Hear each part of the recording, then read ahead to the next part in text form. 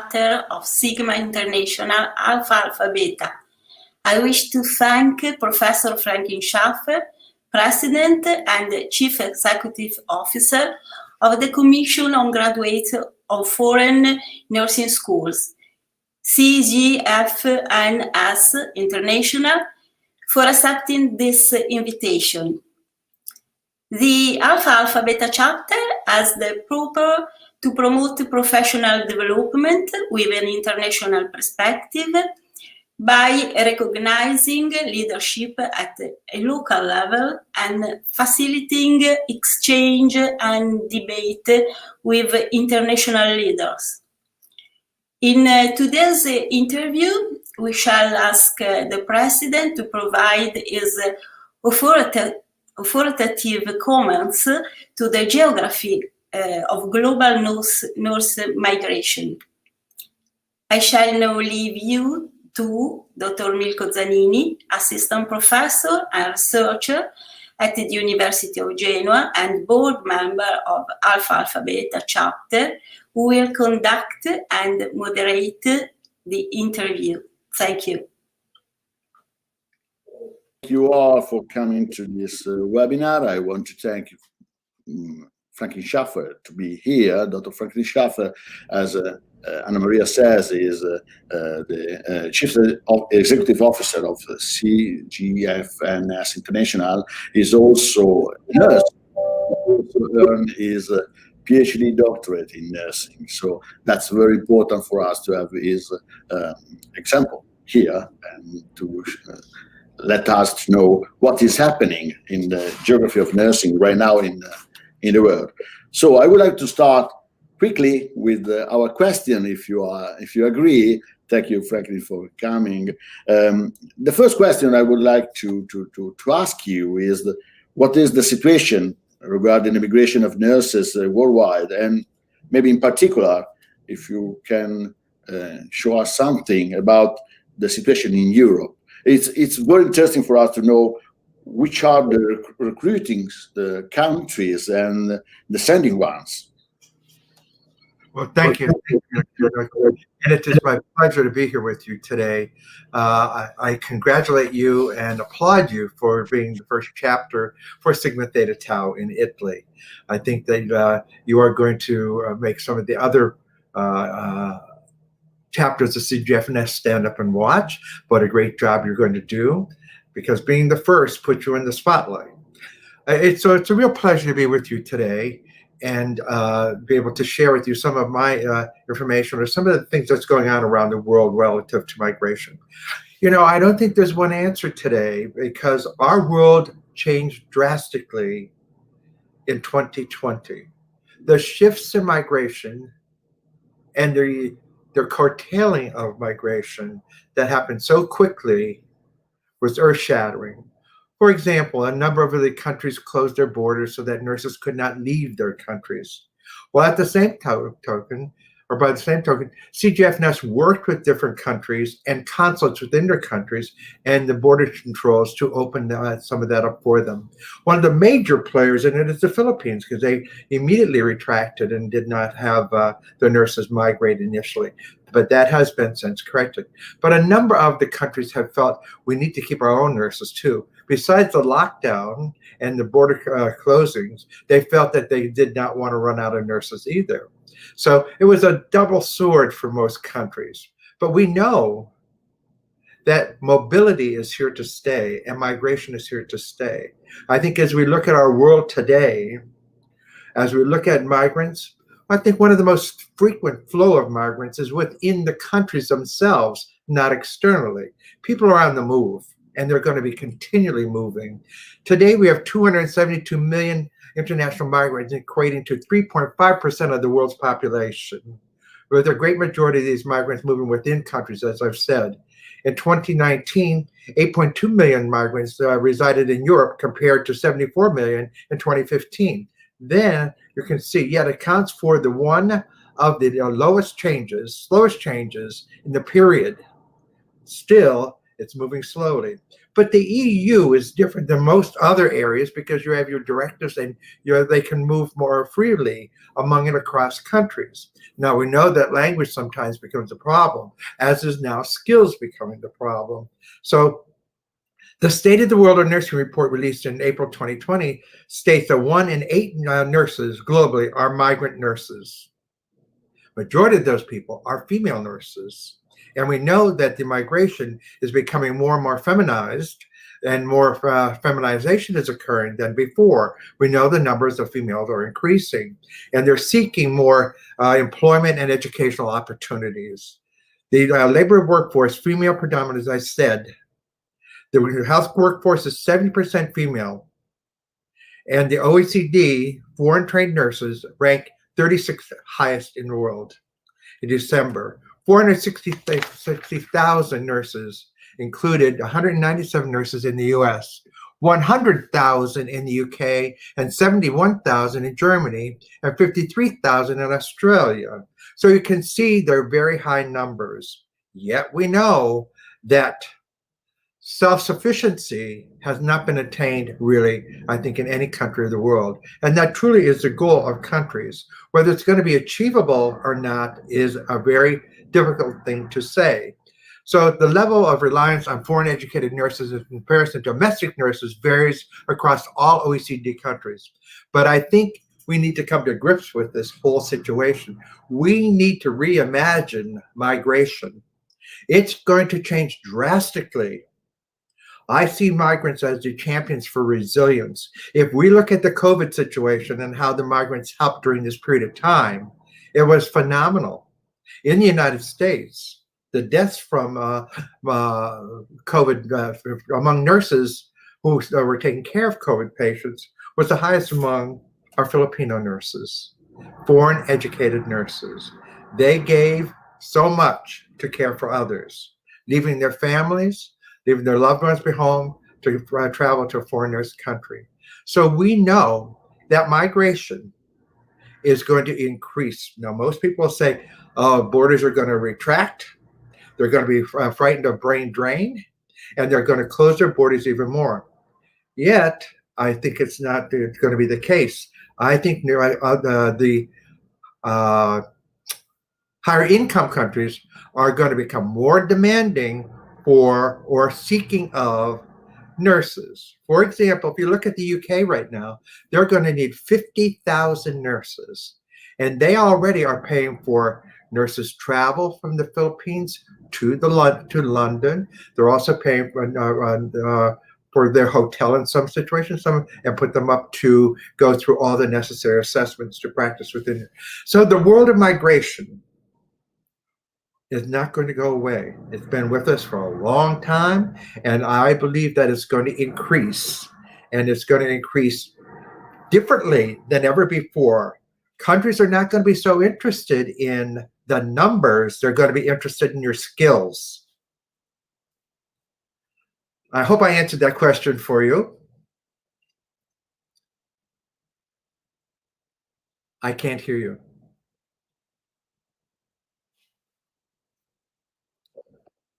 I mute my mic. It's very interesting because we know that there are a kind of migration between the European countries that have a different way to deal with the wage for nurses. I know that Portugal, for example, is sending their nurses in other countries just because the salary is not attractive to be there. It's lower than the normal salary in Europe. So that's what one of the questions we have to deal with also. For example, if you look at Spain, they're recruiting Portuguese nurses. Yes. Yes. And one of the reasons is that the salary in Portugal is lower. And so a number of the European countries are relying on Portugal to supply the nurses. Yeah, that's the second question I have to you. Why do nurses decide to leave their own countries to go and work abroad? So the meaning is, which skills do the recruiting countries require, and why do nurses leave their countries? You know, One answer is the salary, we know. But I believe that it's not just salary. I believe working conditions are more important. Nurses want to be able to practice their profession, and they want career advancement.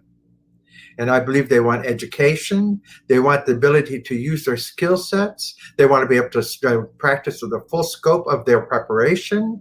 And I believe that, yes, of course, salary, but they also want to take care of their families back home and submit their remittance. I had the opportunity a few years ago to travel to India. And when I was in India, this was about 13 years ago, when I was in India, we went there to see the skill sets of the nurses and how they prepare them and how they compare to the United States in an effort that maybe this might be supply. But, and I'm not a recruiter, but anyhow, in this role, my role was to look at the quality of education, to look at their skill sets, to look at the similarity in protocols and best practices, etc. So while I was there, I had the opportunity to meet with the ministers of health and minister of education. And I asked him, I said, are you not concerned about countries recruiting your nurses? Now remember, step back 13 to about 14 years ago. His answer to me was, that's not our concern. Our concern is poverty. If we have a nurse go to the United States or to another country, higher level income country, they can help us feed our population, help us feed families. That helps us tremendously. And so I think that remittance is a major factor in the GDP of the world. And I think that we're going to find as the post-COVID subsides, that's going to become a major driving factor. If you look at $277 billion in remittance fees alone this past year, that's a lot of money. So we know that, one, they're driven to help take care of their family. Two, we know that they're driven for career advancement, education, and employment. And also, they want to be able to have the authority and the responsibility and accountability to practice their own profession to its fullest. Many of them very quickly advance in their education. Their trajectory for education is surmountable, and their career advancement is very, very high.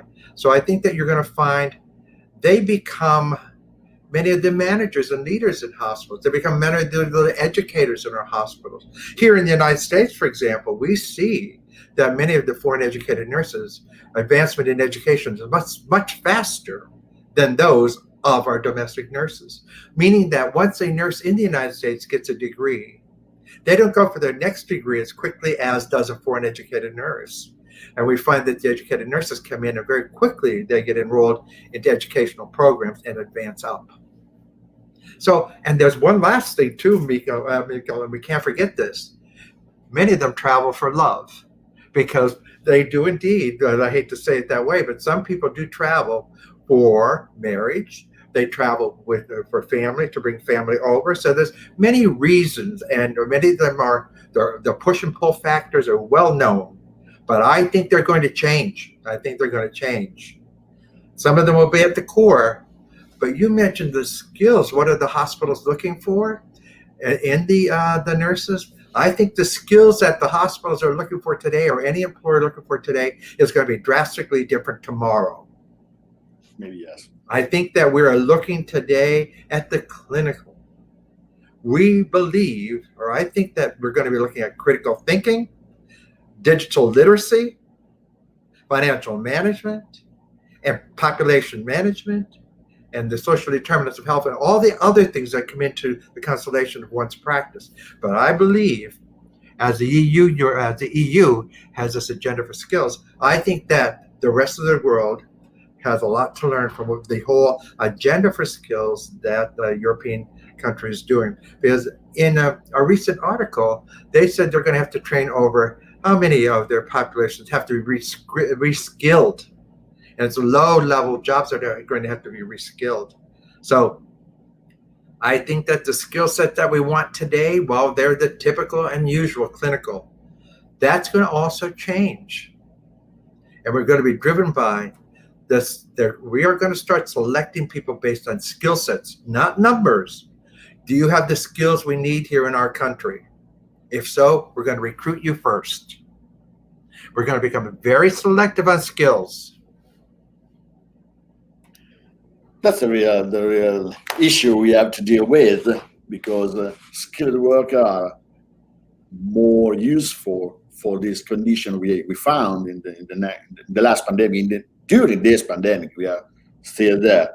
I know that some countries are planning retaining strategies because the shortage of nurses is very high right now in every single country in the world, and the pandemic has showed that very drastically.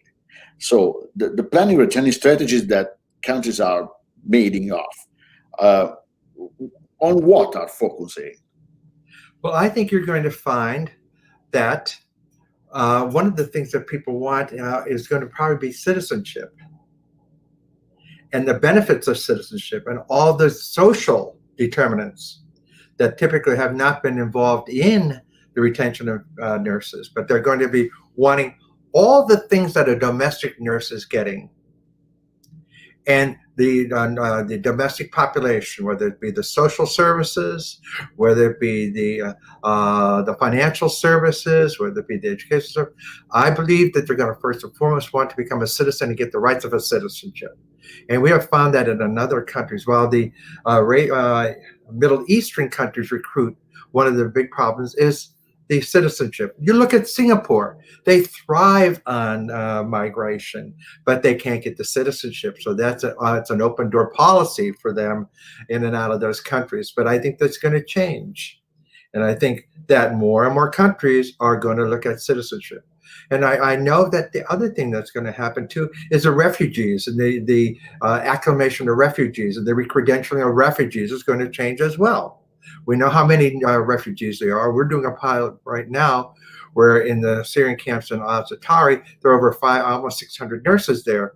We know how the shortage of nurses in our world. If we can get those individuals recredentialed, and we have a process at CGFNS to do that we can recredential those people, then they can become part of the workforce. Problem is, most countries are afraid of employing them because they're afraid they're going to take the jobs away from their own people.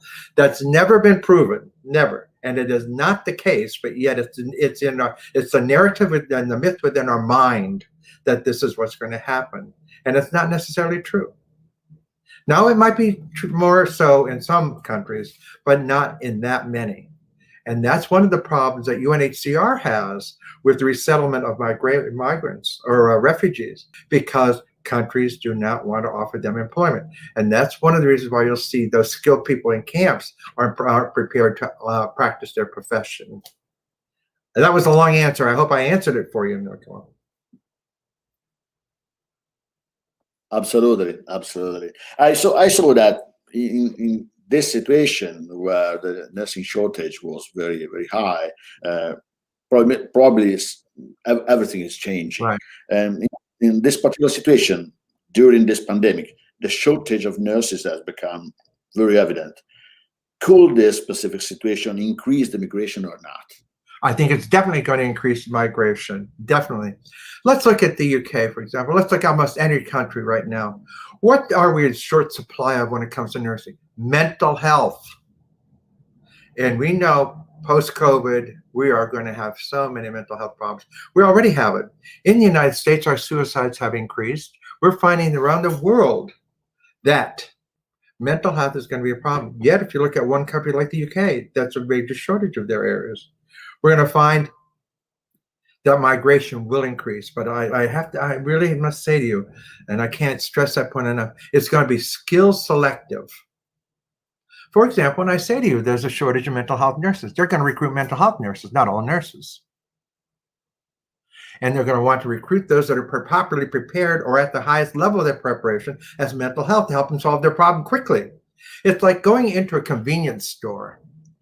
They're more expensive because you're going to get what you want when you want it. They're there for you. It's going to become the very same thing. Now, I hate to make it sound that way when we're talking about humans, but let's look at the trade agreements and the migration pacts between countries.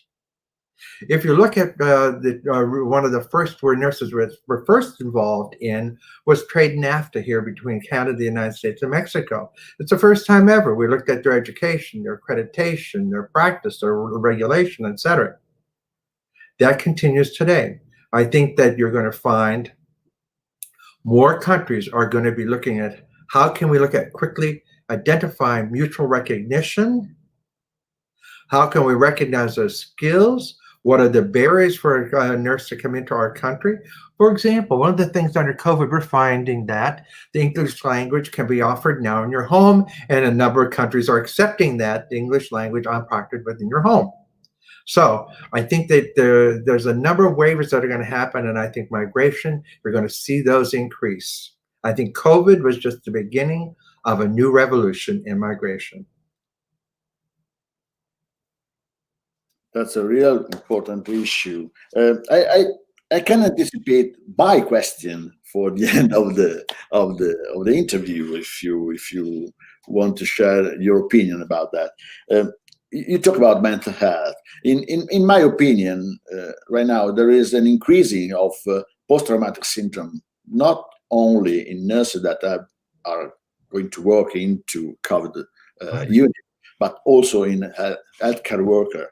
Yeah. Any kind of health workers. You think that we can do something to increase the skills of nursing to deal with this kind of problem? I do. I think we must have some immersion programs, Mirko. I think that we must step back and say, what are the needs? And how can nursing address those needs? Yeah. Frequently, we can be, how should I say it? We as generalists can go almost anywhere, and we can quickly adapt. The key to this adaptation is going to be attitude. Yeah. And if you can give me somebody who has a good attitude, I can teach them the other things. But if you give me somebody with a bad attitude, I can't teach them a damn thing. And so I think that that's going to become, and I'm sorry I used a slur there, but I think that that's a very important point. Absolutely. I think also, Milko, before I came to CGFNS, and I've been here almost 10 years, I worked for one of the world's largest staffing companies. Now, I was not in recruitment. I wasn't in any of that. But this staffing company supplied nurses on a temporary basis every 13 weeks. So every 13 weeks, these nurses would go to another hospital. Invariably, they would go to hospitals that were in high demand, like their university hospitals, the teaching hospitals, etc. Many of these nurses were in critical care, emergency room, operating room, maternal child health. Very well prepared. Many of them were certified in their specialty. They had educational preparation, but those nurses would quickly go into the hospital and quickly adapt. It's like your convenience store. I'm going to the 7-Eleven because I want this product on the shelf. They're turning to the staffing firms to get the kind of nurse that they want with the skill set that they want. Think of it. How many nurses that you know are evaluated by some of the leading hospitals and different hospitals every 13 weeks? Very few. Absolutely. Very few. And so those individuals played a key role in COVID. And this is something I think the world should look at, because those nurses were quickly prepared for COVID, and they would go from one place to the next place to the next place, wherever the hot spots would come up. They would move across those states because states had some waivers on the regulatory requirements. But also in the United States, we have the compact, similar to the EU.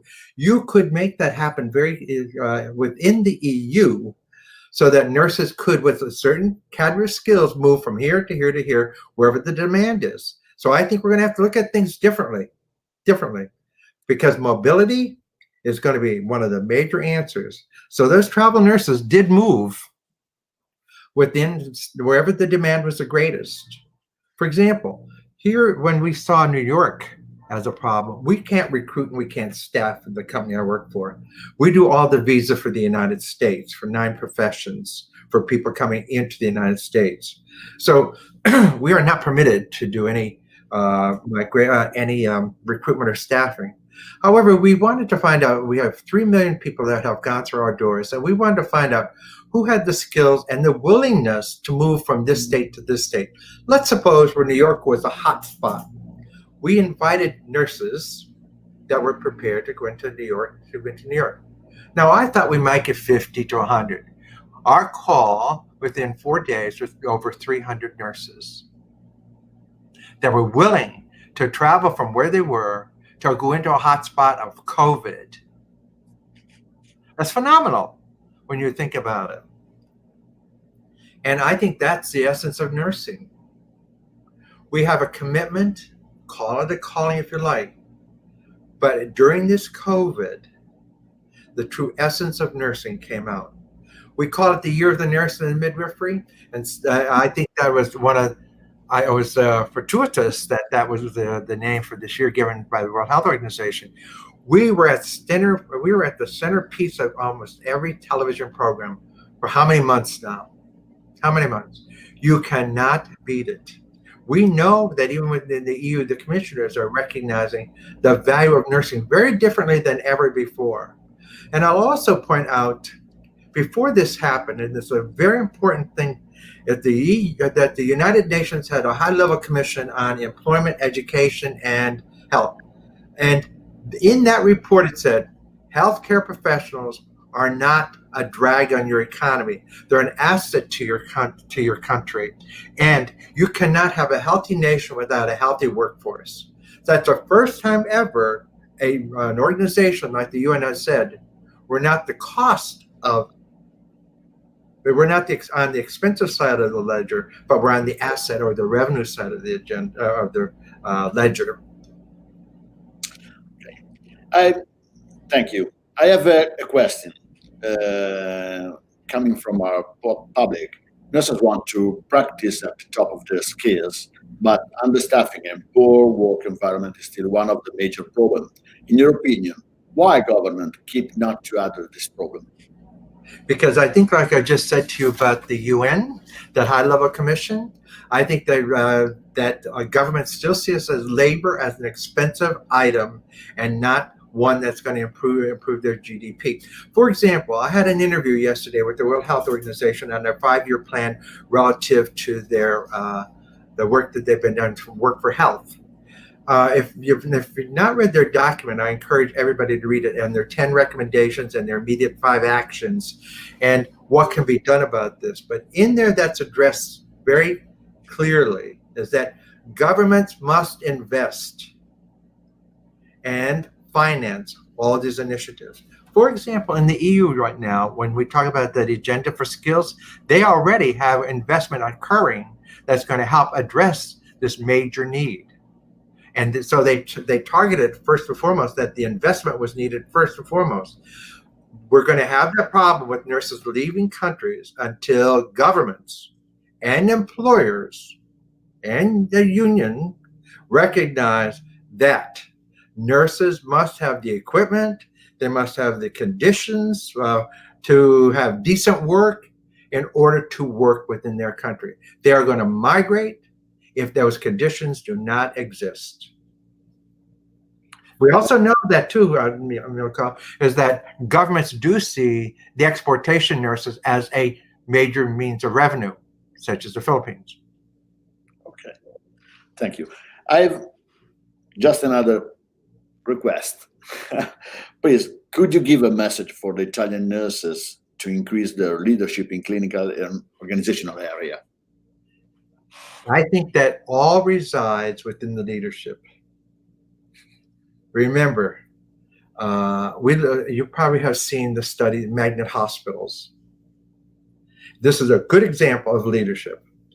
I was around when they first wanted to study, what is it in the United States? We have a shortage of nurses at some hospitals, and other hospitals we don't. So they funded this study to find out. And they found out the hospitals that did not have a shortage wasn't all about money, wasn't all about this, it was about leadership. Yeah. And the environments that leadership created. So the principles of magnet carry through across.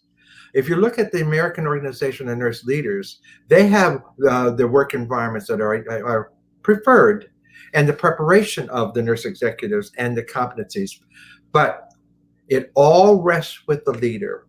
Remember, if you're the chief nursing officer for the hospital, I don't mean it all rests, but much of it does. if you're the chief nursing officer for the hospital and you're responsible for the budget, you have more impact on any one patient than any nurse caring for those patients, because you're getting the money, the supplies, and the resources for those nurses to deliver the care, and you're getting the salary for the nurses that they deserve. So leadership preparation, to me, what are the competencies that you need to be a leader? And there are many, many textbooks and many programs available for that. But I think it begins with you as a human being, first and foremost. How do you treat people? People want to be treated like they treat others, and they want to be treated fairly and squarely. And I think that people are more basic than otherwise.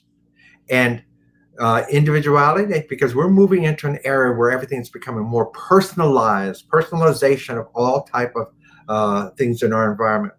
We're also moving into a care economy, whether people are ready for it or not. And that care economy needs to start right at home. Care about your own nurses first and foremost. If you care for them, they're going to care for you. But that means you have to have challenging situations, and you got to be prepared to address those situations. You've got to know the financial aspects of things. Remember that old golden rule, those with the gold rule. And therefore, that's what the nurse executive must really, or the nurse leader has to be prepared with. I believe that your foundation is in clinical skills, but once you become a leader and a manager, your specialty in nursing is changing into management. And you've got to be able to gain leadership skills while your clinical skills become less. You can't have both equal amount. We are not built that way. You got to be able to bring on new skills and replace the other ones, so that you'll have a solid foundation in the clinical skills, but that's not where you're moving. You're moving into leadership. One of the biggest problems we have in leadership is delegation. Big problem. And we like to delegate, but we don't necessarily give the delegation with the description of what the job is going to be and what their expectations are, the accountability, the responsibility, and the authority. That all goes hand in hand. Leaders must be able to address it. That's one of the biggest problems. So I think that our leaders of today must become, one, financially astute, digital literate, and critical thinking, and being able to be prepared to have difficult conversations with different stakeholders, but understand the science of nursing and the science of administration and finances. That's fine. Thank you so much, Franklin. I would like to ask Anna Maria just to join us for a few seconds, just to wish to you and to all the people that join us during this webinar the best holiday season they get in the next few days. Thank you very much for joining us in this webinar. It was wonderful to see you again. Thank you. And for the people listening, we can meet the next program of webinar. We are going to prepare for the next year, hoping it's going to be better than the last one. And see you in the next. Thank you so much to everyone. Thank you much, Franklin. Thank you. Thank you. It was my honor and privilege. Thank you very much. Merry Christmas and happy holidays to all of you. And I will also compliment you on how you handled the COVID and how you all stepped. You were so resilient. And so we stood in awe and watched all of you. So thank you very much, every one of you. Thank you so much, Franklin. See you next time. Thank you to all.